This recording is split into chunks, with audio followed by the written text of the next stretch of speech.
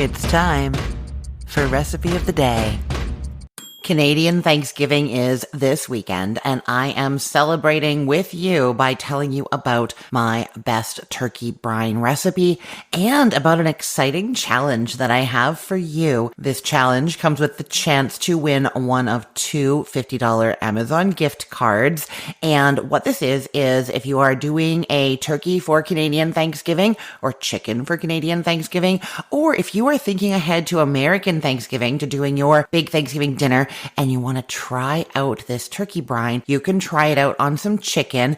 And then what you're going to do is you're going to leave a comment on my turkey brine recipe, letting me know how it goes. And that's how you enter into the giveaway. So if you want to give this turkey brine recipe a try and enter to win that Amazon gift card giveaway, go to cookthestory.com/challenge for all the details about how to enter. Okay, now the recipe. So why is this the best turkey brine recipe? There are really three reasons. First, it is way easier and takes up less time to actually make the brine than any recipes I've seen that add aromatics to the brine. This is way easier, and I'm going to tell you why. Easier and way less time consuming. Also, it gets way more flavor into the turkey. It is so amazing how much of the flavor from the aromatics that we're going to put in there end up flavoring the actual turkey meat.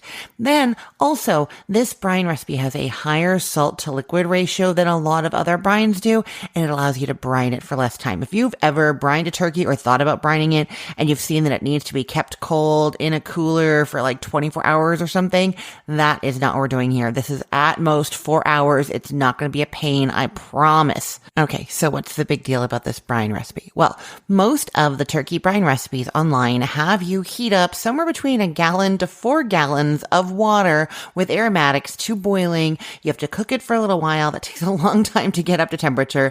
Then you're simmering it. Then you have to completely cool it before you could put the turkey in there. So it's just this whole process before you even get to brining the turkey, right? For this recipe, instead of all of that, we take 2 cups of water with some salt, raw onion, garlic, and then some fresh herbs, parsley, sage, rosemary, thyme, and we put them into the food processor or the pitcher of a blender, and you pulverize it in there. The salt ends up dissolving really easily in the water because you're mixing it so much, and all those herbs, the onion and the garlic, all just get smashed all up, and it turns into this flavor bomb slurry. You can totally see what I'm talking about here, right? Instead of boiling the water to extract the flavor from the aromatics, we are just turning the aromatics into the liquid that we're going to brine the turkey with. You see what I mean? You get so much more flavor in there. Then you transfer that to the container that you're going to be doing your brining in. Now, I am telling you to go with a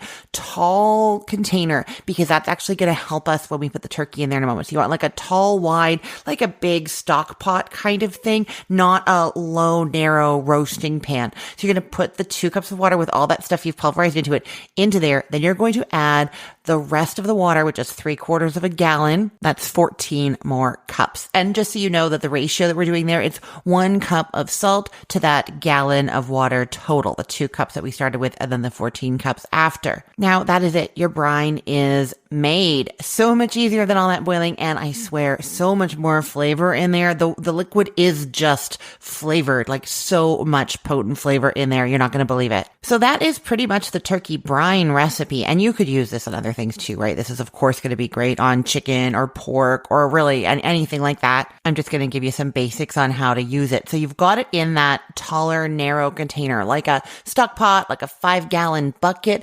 And then what we're going to do is we're going to put the turkey in head first. That allows for a better displacement of water around the turkey. And it means that the breast meat, which is the meat that you most want to get brined, is for sure submerged. If anything is sticking out of the top, it's going to be like a little bit of like drumstick bone or something, right? You do want it all submerged, but really that is the point. We want the stuff that needs the brine most to be down at the bottom. Now, like I said, this has a higher concentration of salt than a lot of brines do.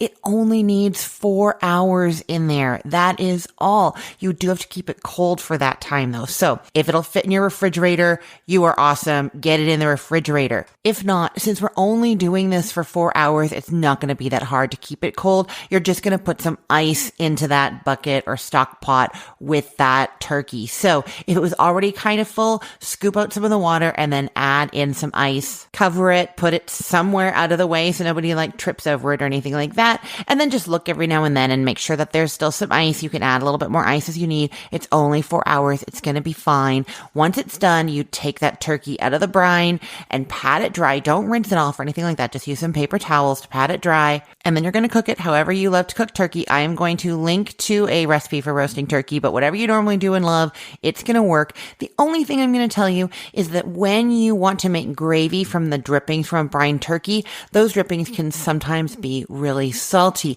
So I'm going to link to my recipe for how to make gravy without drippings. It has some explanation in there about how you can actually use your overly salty drippings in a gravy as sort of the salt. And then you're going to use unsalted low sodium chicken stock or something like that for the main liquid for your gravy.